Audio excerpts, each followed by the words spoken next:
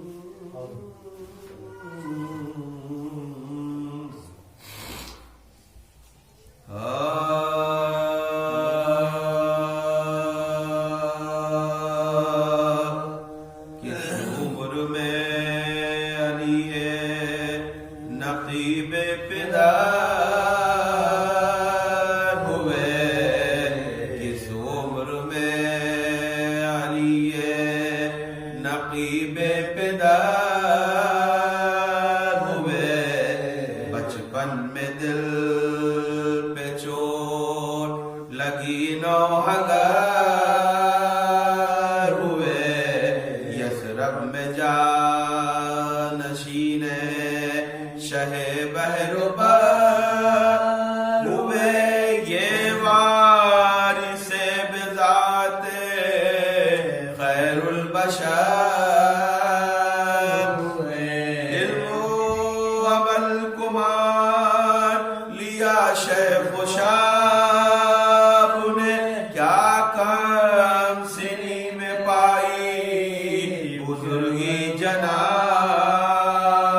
نے کس عمر میں علی نقیب بدار ارے کرتا ہے اس طرح سے راقم روائے ہدی بیٹھا جو تخت نیس پہ متوکل لئی تھا دشمن علی نقی و عدو دی ڈھایا امام پر وہ ستم جس کی حد آل نبی کو مورد رنج و لقب کیا لکھ کے خط مدینے سے شہ کو طلب کیا لکھ کے خط مدینے سے شہ کو طلب کیا گھر سے نبی کے روز پہ آئے بسر بکا پہلے پڑی زیارت پیغمبر خدا تعویذ قبر چوم کے رو رو کے پھر کا جاتا ہوں میں بھی صورت مظلوم کا پیرو میں حسین علیہ السلام کا یہ آخری سلام ہے مولا غلام کا یہ آخری سلام ہے مولا غلام ارے پہنچا جو قید خانے میں مشکل کشا کلا فرتے علم سے رونے لگے شاہ کے آیا تسکین دے کے بولے شہنشاہ خوش خسار ارے اس سے ہوا تھا دختر شیر خدا کا زندان شام زینب ناشاد کے لیے توقع گرا تھا سید سجاد کے لیے توقع گرا تھا سید سجاد کے ارے کب یہ خراب شام کے زندان سے ہوا زینب کی طرح قید میں ہے کون میرے نام سوچو دلوں میں کیسی سکینہ پہ تھی جفا قیدی ہے کون صورت بیمار کر ارے بابا کو اپنے خیر میں رونے نہ پائے تھے زنجیر کا وہ غل تھا کہ سونے نہ پائے تھے زنجیر کا وہ غل تھا کہ سونے نہ پائے اے عاشقان شاہ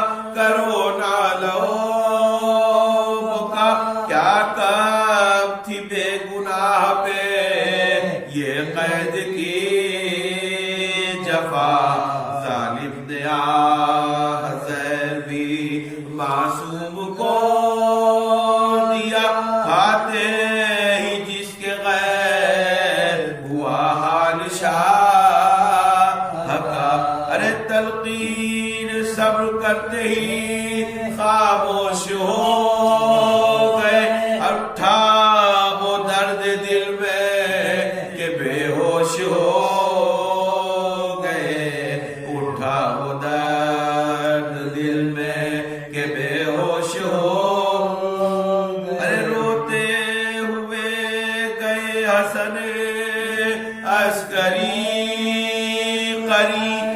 رکھا جو ہاتھ نبض پہ دل ہو گیا ہزی، چلائے ہائے اٹھ گئے دنیا سے شاہدی، غربت پہ اب غریبوں کا حامی کوئی نہیں، ارے کوئی نہیں کفیل ہے، آ کیا کروں سامان دفن سید ذی جہاں، کیا کوئی نہیں کفیل ہے، میں آہ کیا کروں سامان دفن سید ذی جہاں، کیا کروں کس غم سنی۔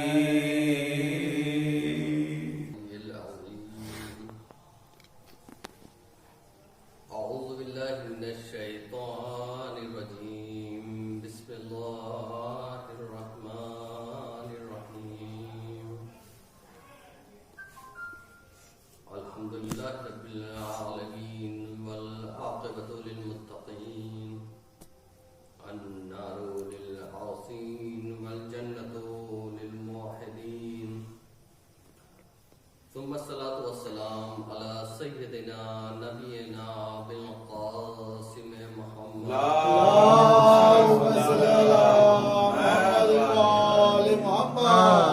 وآله الطيبين الطاهرين المعصومين المظلومين، ولعنة الله على أعدائهم أجمعين من الآن إلى قيام يوم الدين. أما بعد، فقد قال الله تبارك وتعالى في القرآن الكريم، بسم الله الرحمن الرحيم، فجعلناهم أئمة يهدون بأمرنا صبرا. اللهم صل على محمد وآل محمد. عزیزوں، آئے مبارکہ میں ارشاد خداوندی ہو رہا ہے، وجعلناهم أئمة يهدون بأمرنا.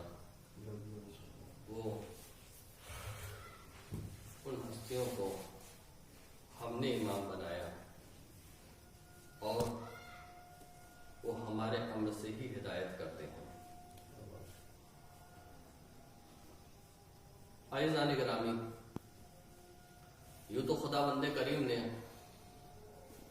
ہمیں بہت ساری نعمتوں سے نوازا، اور اتنی نعمتوں سے نوازا کہ ہم اس کا احسان نہیں کر سکتے، اس کو شمار نہیں کر سکتے، اس کی قیمت ادا نہیں کر سکتے. بے بہا نعمتوں سے خداوند عالم نے ہم کو نوازا. اگر ہم اس کی نعمتوں کو درک کرنے چلیں تو یہ قوت گویائی بھی اللہ کی ایک نعمت ہے، قوت بینائی بھی اللہ کی ایک نعمت ہے، سانس لینا بھی اللہ کی ایک نعمت ہے، کانوں سے سننا بھی اللہ کی نعمت ہے.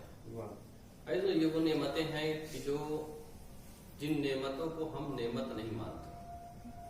ہمارے نزدیک تو نعمت کا سارا دار و مدار یہ ہوتا ہے کہ اللہ نے ہمیں دیا ہی کیا ہے.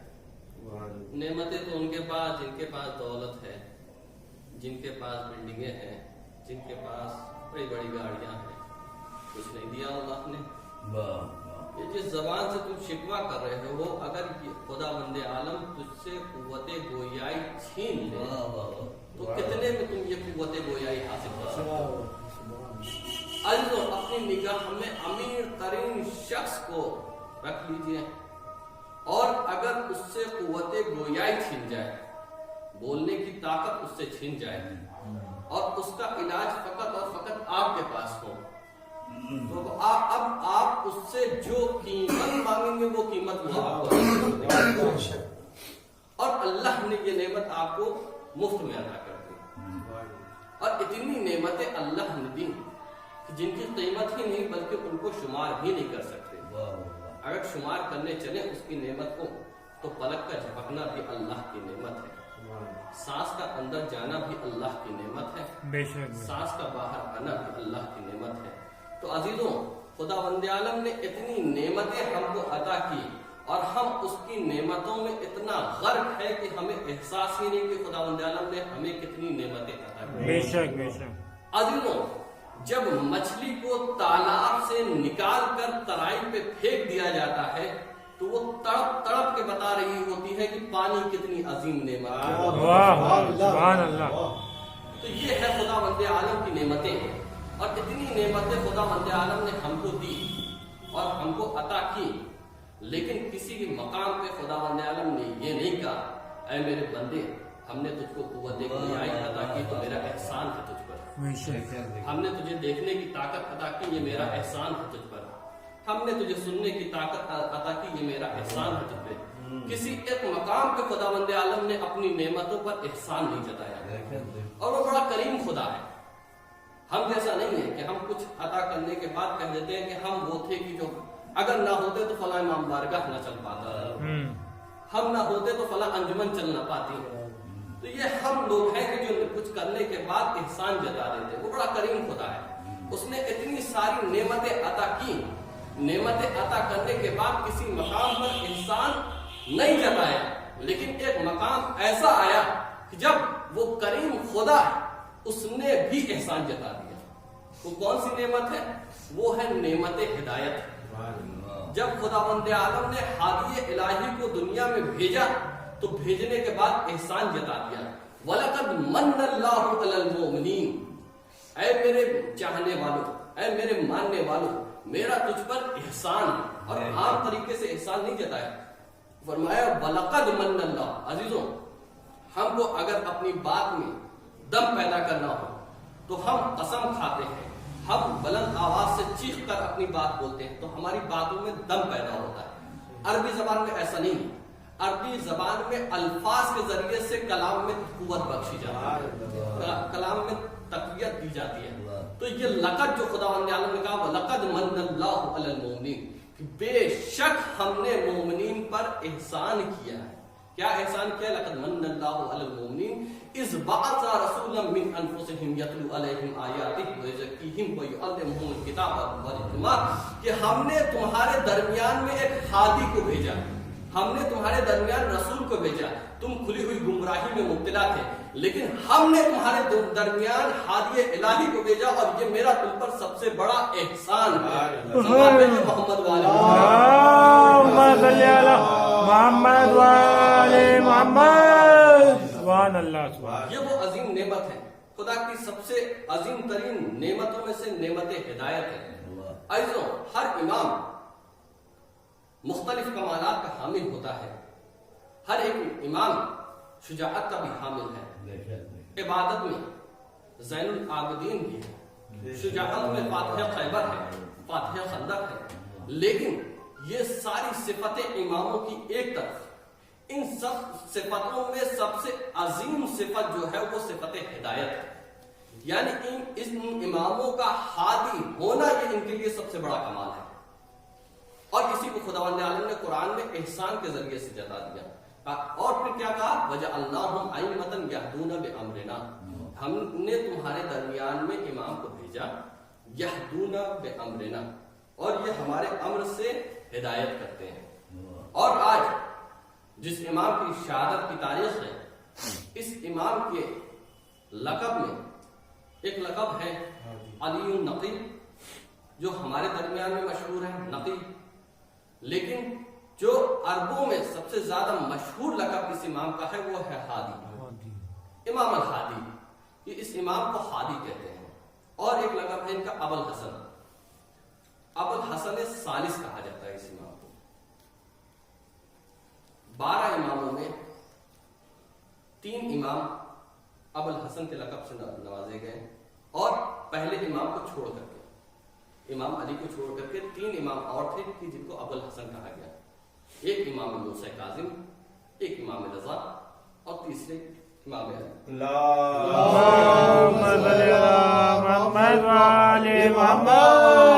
اس امام کو ہادی بھی کہا گیا، اور سب سے مشہور لقب اس امام کا ہادی ہے. اور کیوں نہ مشہور ہو، ایک مقام تھا کہ جب اس امام کو مدینے سے بغداد لانے کے لیے متوکل نے اپنے سپاہیوں کو بھیجا. جب یہ سپاہی امام کو بغداد لا رہے تھے تو جب گھر سے نکلے تو گھر سے نکل کر اس امام اتنے لاغر ہو چکے تھے کہ ان کو اٹھا کے لایا جا رہا تھا. تو اب ایک طرف سے ایک سپاہی نے چاہا کہ کسی دوسری طرف لے جائیں تو امام نے کہا انت ہادی اور انا، کیا تم ہادی ہو کہ میں ہادی ہوں؟ مجھے پتا ہے راستہ کدھر ہے۔ آئیے یہیں سے امام کا جو لقب ہادی تھا وہ مشہور اسی لقب سے، اسی واقعے کی بنا پہ ہوا۔ اور اس امام کی جو کل عمر ہے وہ 44 برس کی، سن 20 ہجری میں کی ولادت ہوئی اور سن 54 ہجری میں شہادت ہوئی، 41 برس کی عمر تھی۔ اور یہ سب سے کم سن امام تھے جو سب سے کم سنی میں عہدہ امامت میں فائز ہوئے۔ 6 سال کی عمر تھی، امام محمد تقی کو شہید کر دیا گیا۔ آئیے یہی فرق ہے ہمارے اور دیگر مکتب فکر کے عقیدے میں۔ ہمارے یہاں حجت الہی عمر کے کسی بھی مرحلے میں ہو تو وہ امام ہوتا ہے، بے شک عمر کے کسی بھی مرحلے میں ہو وہ امام ہوتا ہے۔ ایسا نہیں ہے کہ بلوغ سے پہلے وہ امام نہیں ہے، بلوغ کے بعد امام ہو، نہیں۔ ہمارے مکتبہ فکر کے مخالف جو مکتبہ فکر رکھتے ہیں ان کا یہ کہنا ہے کہ امام اس وقت ہوتا ہے کہ جب امام بالغ ہو جائے، جبکہ مکتب اہل بیت کا نظریہ ہے کہ الامام امام ولو کان صبیہ، کہ امام ہوتا ہے چاہے وہ بچہ ہی کیوں نہ ہو، بے شک بے شک چاہے وہ بچہ ہی کیوں نہ ہو، وہ امام ہوتا ہے۔ کیوں؟ اب اس کی دلیل دیجیے ہم سے۔ اجل بلوغ کہتے کسے؟ بلوغ کہتے ہیں فکر کے کمال کو، کہ جب فکر مکمل ہو جاتی ہے، فکر مکمل ہوتی ہے اس مرحلے کو کہتے ہیں بلوغ۔ اور ہم لوگ جب بالغ ہوتے ہیں تو ہماری فکریں مکمل ہوتی ہیں، یہی فکر ہے صلوات بھیجے محمد والے تو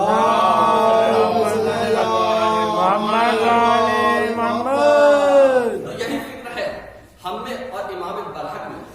ہماری فکر کامل ہوتی ہے بلوغ پر پہنچنے پر، لیکن امام وہ ہوتا ہے کہ الامام امام ولو کان صبیہ، امام بچے بھی ہوں تب بھی امام ہوتے ہیں۔ کیوں؟ کیونکہ امام وہ ہوتا ہے کہ جو پیدا ہی مکمل فکر کے ساتھ ہوتا ہے۔ ہم وہ ہوتے ہیں جو فکر کو مکمل کرنے کے لیے دوسرے کی طرف محتاج ہوتے ہیں، ہم دوسری جگہوں سے اپنی فکر کو مکمل کرتے ہیں، اور امام وہ ہوتے ہیں کہ جو لوگوں کی فکروں کو مکمل کرتے ہیں۔ سبحان اللہ سبحان امام اللہ۔ وہ ہوتے ہیں کہ جو لوگوں کی فکروں کو مکمل کرتے ہیں۔ اور اس میں بہت بہترین واقعہ میں آپ کی خدمت میں پیش کروں، ایک مرتبہ صلوات بھیجے محمد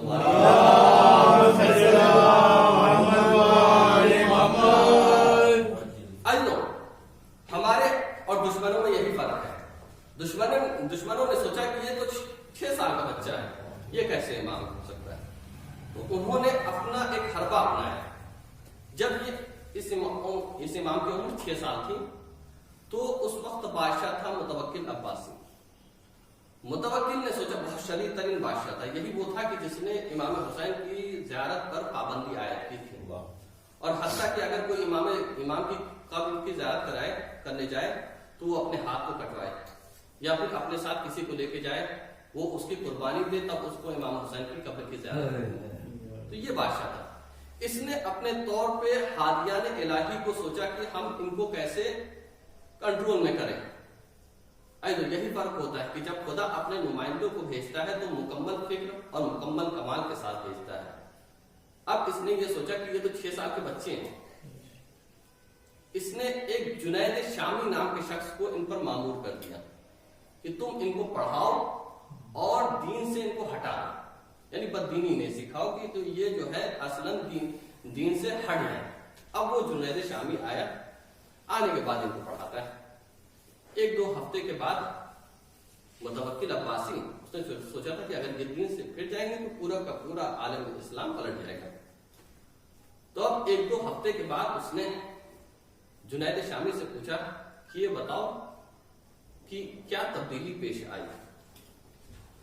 تو اب دیکھیں ہادیان الہیہ کو جب شیطان اپنی طرف سے بہکانا چاہتا ہے تو دیکھیں کس طریقے سے امام فقط اپنے چاہنے والوں پر تبلیغ نہیں کرتے بلکہ مخالفین کی کس طرح سے تبلیغ کرتے ہیں۔ اب جنید شامی امام بتاتا ہے کہ میں نے اس بچے میں 4 چیزیں دیکھی، میں نے اس بچے میں 4 چیزیں دیکھی۔ وہ کیا ہے؟ وہ یہ ہے کہ جب میں اس کو تعلیم دینے جاتا ہوں تو میں ابھی اس کو ایک حرف بولتا ہوں، یہ میری مکمل بات بیان کر دیتا ہے۔ میں ابھی ایک حرف بولتا ہوں اور یہ میری مکمل باتیں بیان کر دیتا ہے۔ اور دوسری اہم بات کیا ہے؟ دوسری اہم بات یہ ہے کہ میں اگر کسی کو کوئی چیز تعلیم دیتا ہوں، اگر میں اس کو ایک باب تعلیم دیتا ہوں تو یہ اس سے 1000 باب کھول دیتا ہے۔ یہی وہ وارث عجیب ہے کہ جس نے دعویٰ کیا تھا کہ میں وہ ہوں کہ جس کو رسول نے علم کے 1000 باب دیے، 1000 باب تعلیم فرمائے، اور میں وہ ہوں کہ جس نے ان 1000 باب میں سے ہر ایک باب میں سے 1000 باب کھولے ہیں۔ سبحان اللہ محمد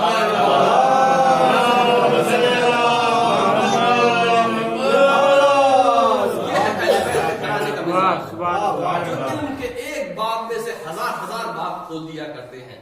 اور اس کے بعد کہتا ہے کہ جب میں ان کو چاہتا ہوں، میں نے ان سے جب کہا کہ مجھے ایک سورے کی تلاوت کر کے سنایا، تو اب انہوں نے مجھے فقط ایک سورہ نہیں بلکہ پورا کا پورا قرآن تلاوت کر کے سنا دیا۔ ایک سورہ نہیں بلکہ پورا قرآن تلاوت کر کے سنا دیا۔ اب میں کہوں گا یہی فرق ہے وارث قرآن میں اور حسبنا کتاب اللہ کہنے والوں کے درمیان میں۔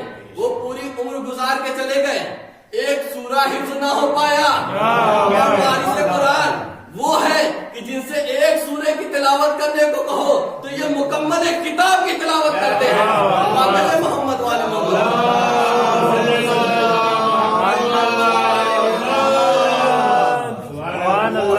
اس انداز میں تلاوت کرتے ہیں کہ جس کے آگے لہن داؤدی پھیک پڑ جاتی ہے۔ لہن داؤدی یعنی جناب داؤد جب تلاوت کرتے تھے تو آسمان پہ پرندے ٹھہر جاتے تھے اور ان کی لہنوں کو سنا کرتے تھے، ان کی آواز کو سنا کرتے تھے۔ تو کہتا ہے کہ جب یہ تلاوت کرتے ہیں تو لہن داؤدی ان کے آگے پھیکی پڑ جاتی ہے۔ اور آگے ایک اور نقطہ بیان کرتا ہے، وہ یہ کہتا ہے ایک چیز اور میں نے اس بچے میں دیکھی جس نے مجھے مجبور کر دیا کہ میں اس کے جد کے دین پر ایمان لیا۔ اس نے مجھے مجبور کر دیا۔ کہا وہ کیا؟ کہا کہ جب میں اس کے سامنے ایک آیت کی تلاوت کرتا ہوں تو یہ مجھے فقط اس آیت کے بارے میں نہیں بلکہ اس کی تنزیل کو بھی بتاتا ہے، تعویل کو بھی بیان کرتا ہے۔ محمد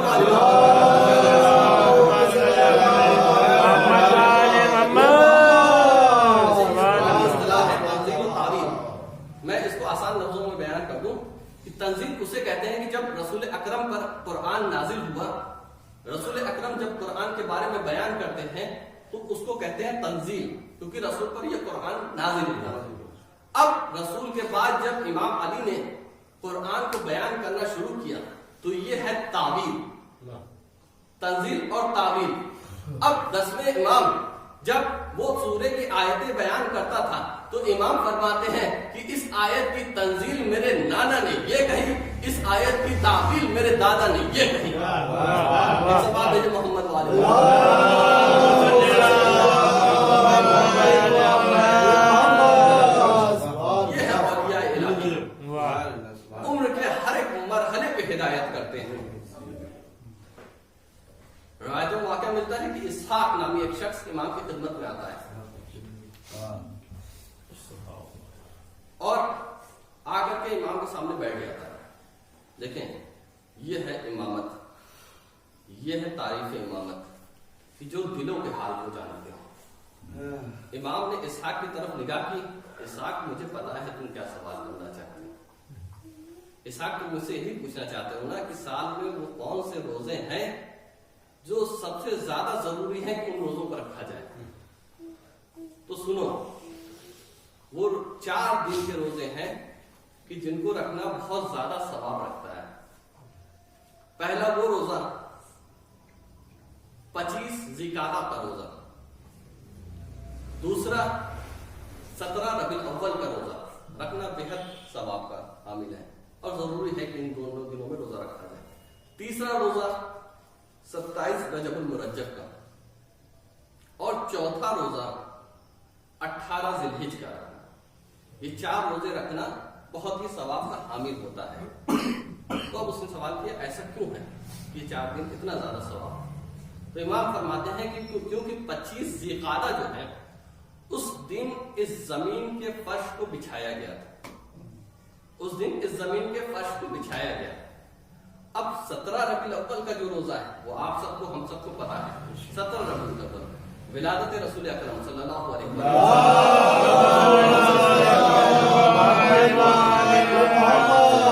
کو ولادت رسول اکرم، اور 27 رجب بعثت رسول، رسول نے اعلان رسالت کیا۔ عزیز و سلسلہ دیکھیں آپ، 25 ذی القعدہ دہو الارض، زمین بچھائی گئی تھی اس دن، 17 ربیع الاول وارث زمین تشریف لایا، زمین 25 ذی القعدہ کو بچھائی گئی، 17 ربیع الاول وارث زمین وارث ارض تشریف لایا، اس دن روزہ مستحب۔ 27 رجب اس وارث زمین نے اپنے کام کا اعلان کیا، مذہب پہ فائز نہیں ہوئے بلکہ اعلان کیا، اعلان رسالت کیا، تو اس دن روزہ مستحب۔ اب 18 ذی الحج وہ دن ہے کہ جو اس وارث زمین کے کام کے مکمل ہونے کی سند کا دن ہے۔ واہ واہ واہ، ایک سب بھیجے محمد،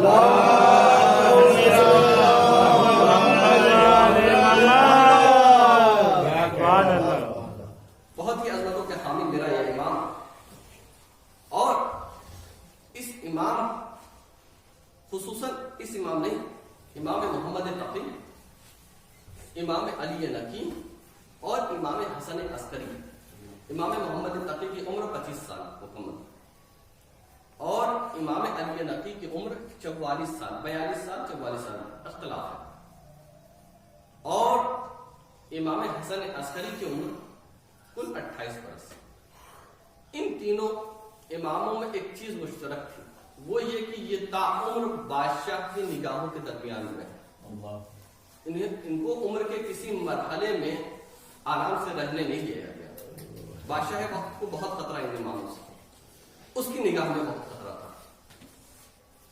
اب اس امام کو جب اس نے اپنے دربار میں بلایا، بہت بہترین ایک واقعہ ہے جو مجلس کا آخری واقعہ، اور میں اس کے تحت ایک اہم پیغام آپ تک دیتا چلوں کہ ہم سلامتی امام زمانہ کی دعا کرتے ہیں نا، اب دیکھیں اس واقعے سے کتنا اہم پیغام نکل کر کے آتا ہے کہ ایک شخص بیان کرتا ہے کہ میں اپنے قبیلے میں بہت فصیح و بلیغ مانا جاتا تھا، ایک مرتبہ میرے دیہات کے کچھ لوگ متوکل عباسی سے ملنے کے لیے کہ اپنے ساتھ کیوں نہ اس کو لے کے چلیں، یہ کلام میں بہت اچھا ہے۔ ہمارے یہاں ہوتا ہے نا ڈیبیٹ کے لیے خصوصاً ایسے کو لیا جاتا ہے کہ جو چرب زبان، جو بہت اچھا بولتا ہے، تو اس کو اپنے ساتھ لے کے جاتے ہیں تاکہ یہ ہماری نمائندگی کر سکے۔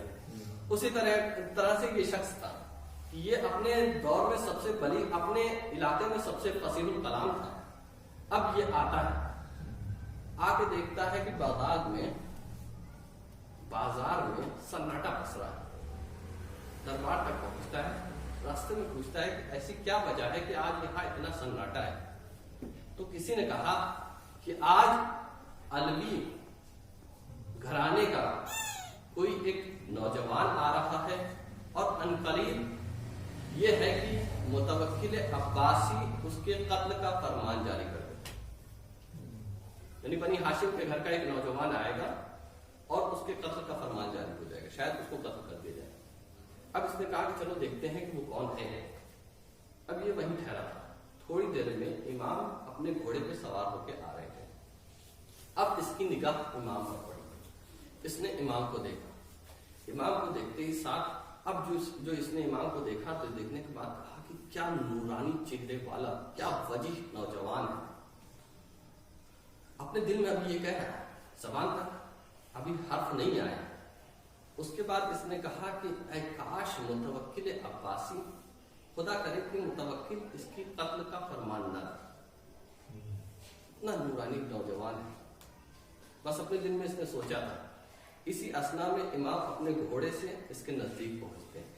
نزدیک پہنچنے کے بعد ایک مرتبہ امام ایسے جھکتے ہیں اس کی طرف، جھکنے کے بعد امام فرماتے ہیں اے شخص، خدا نے تیری دعا قبول کر لی۔ دیکھتے ہیں اگر دعا اگر ہم اپنے امام کی سلامتی کی دعا مانگتے ہیں تو دل سے اگر دعا مانگتے ہیں وہ کیوں کرنا قبول ہو، کیوں کرنا قبول ہو؟ اب اس نے فقط دل میں ارادہ کیا تھا، ابھی امام کی معرفت نہیں ہے، ابھی جانتا نہیں کہ یہ امام وقت ہے، حجت الہیہ ہے، بس دعا کی تھی کہ اے کاش متوکل عباسی اس کے قتل کا فرمان نہ دے۔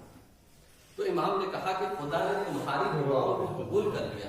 اتنا سنا تھا یہ حیران ہو گیا، چونک گیا۔ اس نے کہا جو بات ابھی میرے لب تک نہیں آئی اس کو کیسے پتا چل گئی؟ ابھی میرے لب تک نہیں آئی۔ اور اسی مقام پہ ایک شعر کہتا ہے جس کا ترجمہ یہ ہوتا ہے کہ خدا ہی جانتا ہے کہ منصب رسالت کس جگہ پہ دینا ہے اور منصب حجت کس جگہ پہ دینا ہے۔ اور پھر امام اس سے کہتے ہیں کہ اب تو نے یہ جو دعا مانگی اس کے صلے میں خدا نے تجھے 3 چیزیں عطا کی۔ اطال اللہ عمرک، اللہ نے تیری عمر کو طویل کر دیا۔ دوسری چیز اللہ نے تجھے اولاد کثیر عطا کی۔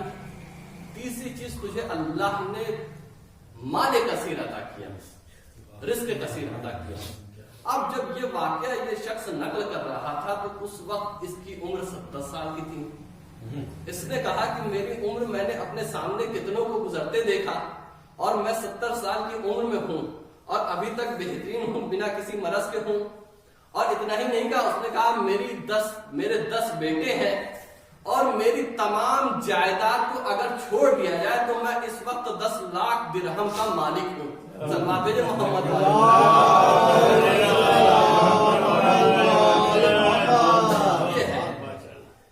ہم سلامتی کی دعا کریں امام ہمیں برکت نہ دے، بس دل سے دعا کریں امام کی سلامتی کی، وہ ہمیں برکتیں دیں گی، اولاد کی برکت، عمر کی برکت، مال کی برکت۔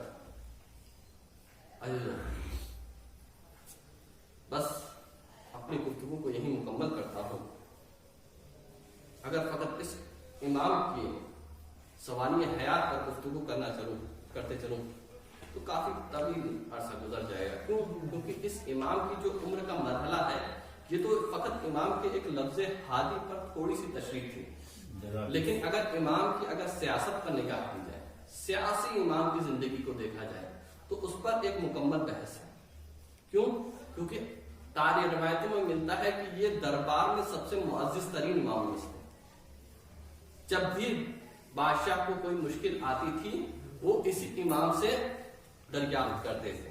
روایتوں میں خود متوکل عباسی ایک مرتبہ بیمار ہوا اور اتنا بیمار ہوا، کوئی بڑی بیماری نہیں، اس کو بیماری کیا تھی کہ اس کو پھوڑا ہو گیا۔ اب وہ پھوڑے کا آپریشن کوئی نہیں کر پا رہا تھا، ہر طبیب حیران و پریشان تھا۔ اس کی ماں نے دعا مانگی کہ اگر میرا بیٹا ٹھیک ہو جائے گا تو میں امام علی نقی کو 1000 درہم بھیجوں گی، بلکہ 10,000 درہم بھیجوں گی۔ جب سارے طبیب پریشان ہو چکے تو ان میں سے ایک وزیر نے کہا کہ اگر تم اجازت دو تو میں تجھے اس بیماری کا نسخہ بتا سکتا ہوں۔ کہا بتاؤ کیا ہے؟ کہا میں خود نہیں بتاؤں گا بلکہ تمہیں رجوع کرنا پڑے گا امام علی نقی کی طرف۔ اس نے کہا ٹھیک ہے رجوع کرو۔ اب جو اس نے رجوع کیا تو امام نے کہا کہ بکری کی مینگنی کو آب گلاب میں تر کر کے اس پھوڑے پہ لگا۔ اب جب یہ نسخہ لے کر دربار میں آیا تھا درباری مسکرا پڑے، یہ دیکھو امام کہہ کے گیا تھا کہ یہ اس کے امام اس کی بیماری کو نجات دے گے، لیکن کیونکہ اس نے ایک نسخہ لایا، اب جب اس نسخے کو اپنایا گیا تو وہ پھوڑا اپنا منہ کھول دیتا ہے اور ساری پیٹ میں پلا کے وہ صحتیاب ہوتا ہے۔ اس کا صحتیاب ہونا تھا کہ اس کی والدہ ماجدہ نے وہی 1000 درہم 10,000 درہم امام کی خدمت میں پیش کر دیا۔ تو عزیزوں امام میں اور ہم میں فرق کیا ہے؟ بس اس کہ امام اور ہم میں یہ فرق ہے کہ اگر دشمن بھی ہمارا اگر کسی چیز کی ضرورت ہوتی ہے تو ہم ایک مرتبہ دشمنی کو دیکھتے ہیں، لیکن امام کی عطا جو ہوتی ہے وہ اللہ کی عطا کی جیسی ہوتی ہے، جو نہ دشمن دیکھتی ہے نہ دوست دیکھتی ہے۔ لیکن عزیزوں خیر یہ امام صرف 6 سال کی عمر ہے کہ والد گرامی کا سایہ سر سے اڑ جاتا ہے۔ یہ امام مدینے میں تھا،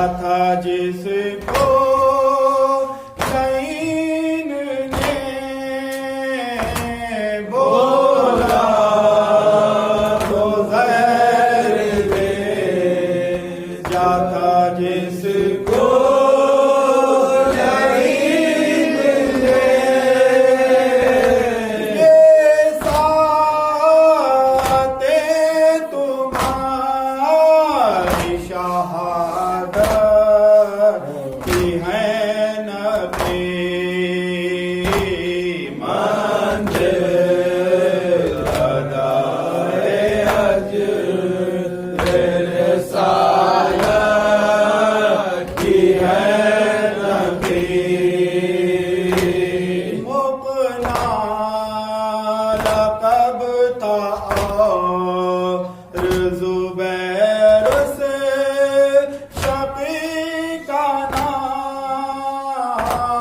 مقنا لقب تھا اور زبیر سے شقی کا نام اس کی عداوتیں بھی قیامت کی ہیں نبی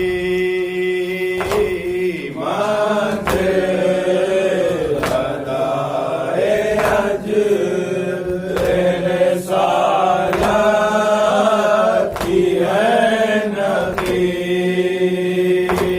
ٹکڑے جگر تمہارا کیا اس نظر سے